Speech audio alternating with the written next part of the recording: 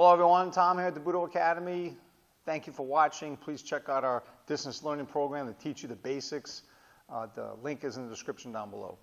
Today we're going to talk about Tatehiza. Yes, I'm sitting in Seiza right now, but we're also going to talk about Tatehiza and the advantages that it had for the ancient samurai in the old days when they wore armor and had to worry about getting up quickly from a seated position. This Seiza position doesn't really enable us to get up quickly going backwards. And that's what the disadvantage of Seiza was.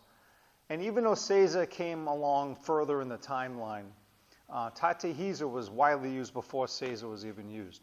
The clothing was different, obviously. The situations were different. Lots of times they were outside. They weren't on a nice polished floor.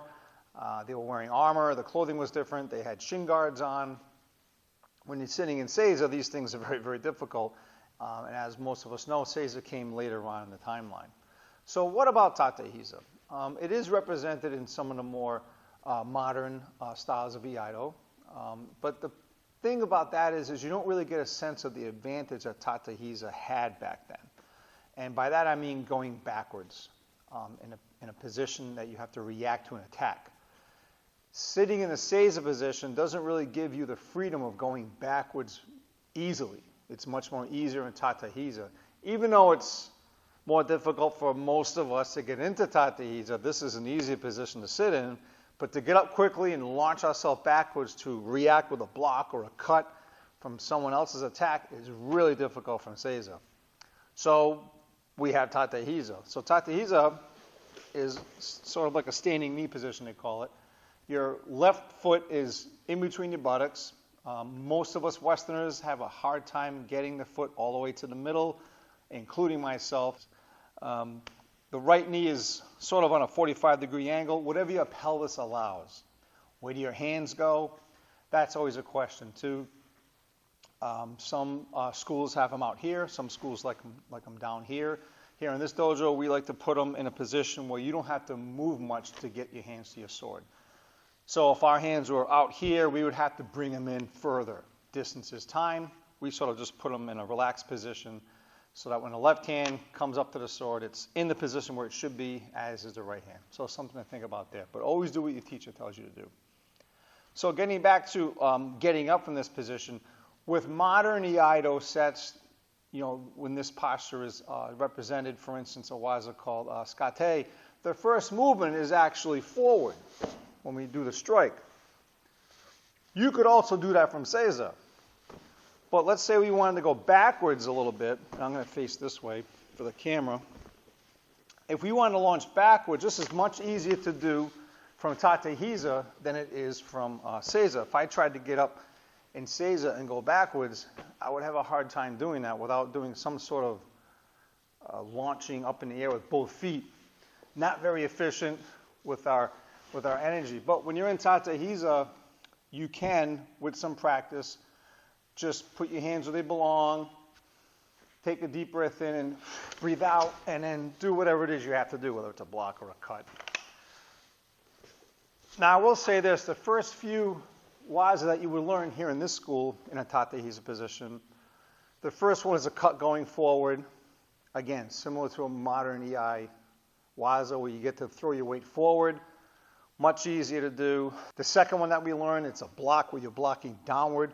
So you have to get up and sort of go backwards a little bit. And we try not to have you go back too far because, again, distance is time. That means you have to take up that space again for a counterattack. And then the third waza is we cut upward. So the challenge of these three waza are promoting your body to use all the muscles available in an efficient manner to go in different directions with where you're sending your energy. And I'll face this way for this example. The first waza, we simply launch our weight forward and cut. Once you figure out how to get into Tatehiza, it's not too difficult just having your weight going forward. But the second waza, we want folks to block downward and sort of go back a little bit, not too far. So our energy has to go back and down sort of at the same time. This can be difficult to do, and it would be a lot more difficult to do in Seiza. And then the third waza, we will launch upward with our energy going forward and up, and then finishing our opponent. These are different directions of where our energy has to go, and this is where Tatehiza can help us make our bodies more efficient. Rather than concentrating on the legs, doing the first motion, straining the knee, which is a very, very common thing, especially the left knee. I've done it myself, overtraining in these positions. Concentrate on using your core, your center, all the other muscles that you have available to you, rather than worrying about your knee, your foot, which foot's going to push you off first. Think about launching up with your center first. So regardless of which waza you're practicing, rather than leaning forward to push off with that rear foot, think about filling up your abdomen, filling up those muscles instead. Belly breathe, and then breathe out as we do whatever it is we have to do. This will help prevent injury to your joints. And the older we get, the more we have to really concentrate on this. I know I do. Seiza, you're in a much more relaxed position,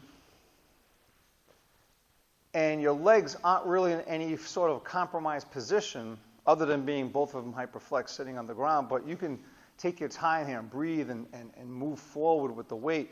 Tatehiza is a little bit more critical with what you're going to decide to move first. And the first thing I recommend is your center. The last thing you want to move first is that left leg that's sitting on the ground. And if you just sit in Tatehiza and elevate yourself with your left leg, you're going to feel a lot of pressure on your knee. That's not what you want to start with. You want to start with your abdomen. Belly breathe, and then breathe out. And more things will kick in as you decide to move, whether it's frontwards or backwards or lateral this way or rotating around.